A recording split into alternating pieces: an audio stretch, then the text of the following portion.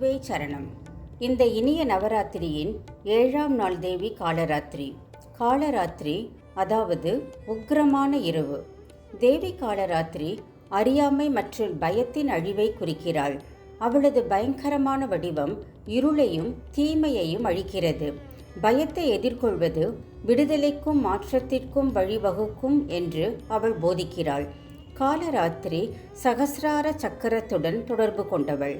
அவள் நம்மை பயத்திலிருந்து விடுவிப்பவள். இருளில் அல்லது மெழுகுவர்த்தி ஒளியில் அமர்ந்து கருப்பு நிறம் ஊதா நிறத்தில் கரைவதைப் போல் காட்சிப்படுத்தி நாம் தியானம் செய்யும் போது உள் மனத்தில் இருந்த பயத்தில் இருந்து விடுதலை பெறுவதை நம்மால் உணர முடியும்.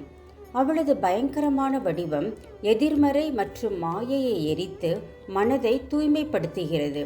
காலராத்திரி அச்சமின்மை மற்றும் மாயைகளை அழித்து பயத்திலிருந்து விடுவிக்கிறாள். தேவி நம் ஆழ்ந்த உள் மனத்தை நிழலை போல் தொடர்ந்து வந்து குணப்படுத்துகிறாள். அது மட்டுமல்ல, நம்மிடமுள்ள கசப்பான ஆனால் உண்மையான குணங்களை எதிர்கொள்ளும் தைரியத்தையும் அவள் நமக்கு அளிக்கிறாள். தேவியின் தியான ஸ்லோகம் இதோ. नवाम्बुदाभामुहिरेन्दुवह्निनेत्राङ्गदां भोजगरां हसन्तीं पीताम्बरं मुक्तगच्छोज्ज्वलां गीं श्रीकालरात्रि हृदये भजामि. நவாம்புத ஆபாம் ஒரு புதிய மழைமேகம் போல ஆழமான நீல கருப்பு நிறம். இது புதிர், ஆழம் மற்றும் கருணையை குறிக்கிறது.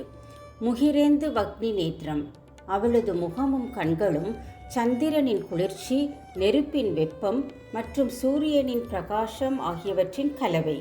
இது எதிர்மாறானவற்றை சமநிலைப்படுத்தும் அவளது சக்தியை குறிக்கிறது.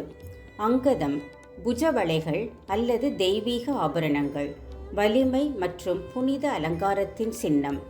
அம்போஜகராம் தாமரை போன்ற கைகள், நேர்த்தியான அதே சமயம் வலிமை வாய்ந்த கரங்கள்.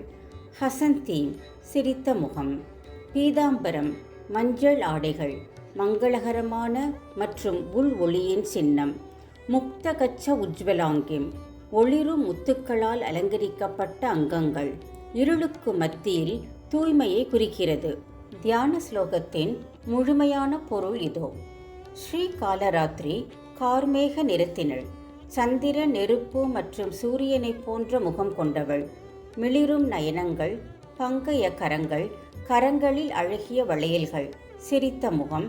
மஞ்சள் ஆடை அணிந்துள்ளாள். முத்துக்களால் கூந்தல் அலங்கரிக்கப்பட்டுள்ளது. மேலும் அவளது அங்கங்கள் ஒளிரும் பிரகாசத்துடன் ஜொலிக்கின்றன. ஸ்ரீ காலராத்திரியை என் இதயத்தில் இருத்தி நான் தியானிக்கிறேன்.